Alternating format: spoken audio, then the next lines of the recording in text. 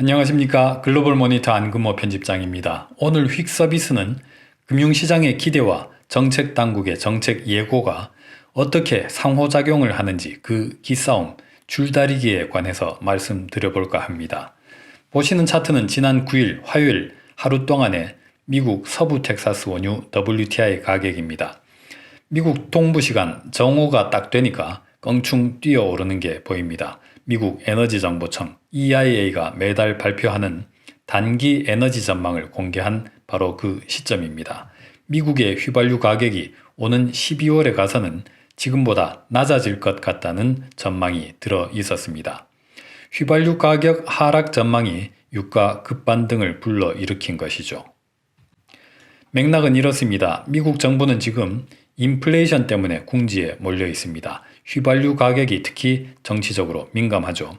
미국 에너지부 제니퍼 그랜홈 장관은 전략 비축유 방출 가능성을 묻는 질문에 이렇게 말했습니다. 대통령이 화요일에 나오는 EIA 전망을 참고해서 결정할 것으로 본다. 앞서 지난달 말에 가졌던 인터뷰에서 그랜홈 장관은 EIA 보고서가 우리가 가진 것 중 가장 객관적이다라고 말한 바가 있습니다. EIA가 매달 내놓는 단기 에너지 전망 보고서는 실제로 아주 객관적이고 신뢰받는 권위 있는 자료입니다. 그런데 지금 원유 시장 최대 이슈인 전략 비축유 방출 문제까지 이 보고서에 달려 있다고 했으니까 당연히 시장 관심이 더 고조됐습니다. 그렇게 관심을 끌었던 보고서가 공개됐습니다. 브렌트 원유 가격이 이제 정점을 찍고 연말과 내년으로 향해 가면서 계속 떨어질 것이라고 EIA는 전망했습니다. 덕분에 미국 내 휘발유 소매 가격도 연말부터 꺾여서 계속 하락할 것이라는 예측을 내놨습니다. 이 보고서대로라면 전략 비축유 방출은 필요 없어 보입니다. 그래서 유가가 급등세로 반응했습니다. 그래서 결국 전략 비축유 방출이 다시 필요해졌을 수가 있습니다.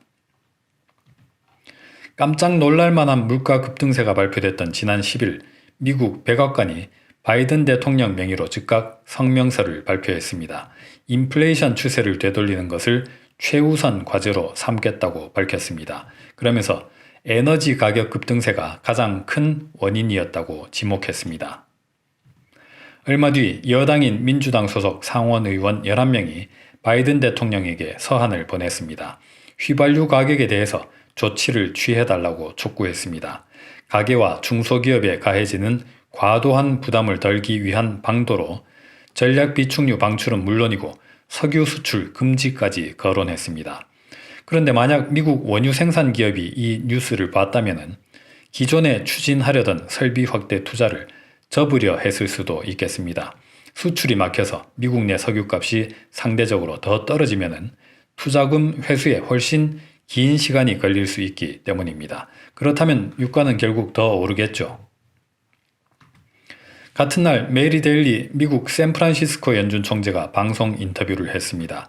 미국의 인플레이션이 눈 튀어나올 정도로 높다고 말했습니다. 동시에 데일리 총재는 높은 실업 역시 내 시선을 끈다라고도 말했습니다. 그러면서 금리 인상을 앞당기는 것은 시기상조라고 말했습니다. 이 뉴스를 들은 기업들은 아마도 이렇게 생각했겠습니다. 앞으로도 당분간은 마음 놓고 가격을 인상해도 되겠구나. 그래서 본의 아니게 이 긴축 시기상조 발언은 긴축을 앞당기도록 하는 결과를 낳을 수도 있게 됐습니다. 미국 연준이 반복해서 강조하는 일시적 인플레이션 전망 역시 뜻하지 않은 결과를 낳을 수가 있습니다. 경제를 억누를 만한 긴축 정책은 없을 것이라는 전망으로 이어집니다. 돈을 마음껏 빌려서 계속 편하게 써도 된다는 기대, 가격을 계속 더 높게 매겨서 팔아도 된다는 기대를 낳습니다. 일시적 인플레이션이라면 수요도 일시적이란 뜻이니까 생산 설비를 더 늘렸다가는 큰일 나겠구나 하는 예상도 불러일으킵니다. 결국 일시적이지 않은 지속적인 인플레이션을 야기할 수가 있습니다. 경제 전망과 경제 정책은 이렇게 시장 참여자들의 기대와 유기적으로 맞물려서 동태적으로 돌아갑니다. 어설픈 정책으로 접근했다가는 큰일 낼 수도 있겠습니다. 오늘은 여기서 마치겠습니다. 감사합니다.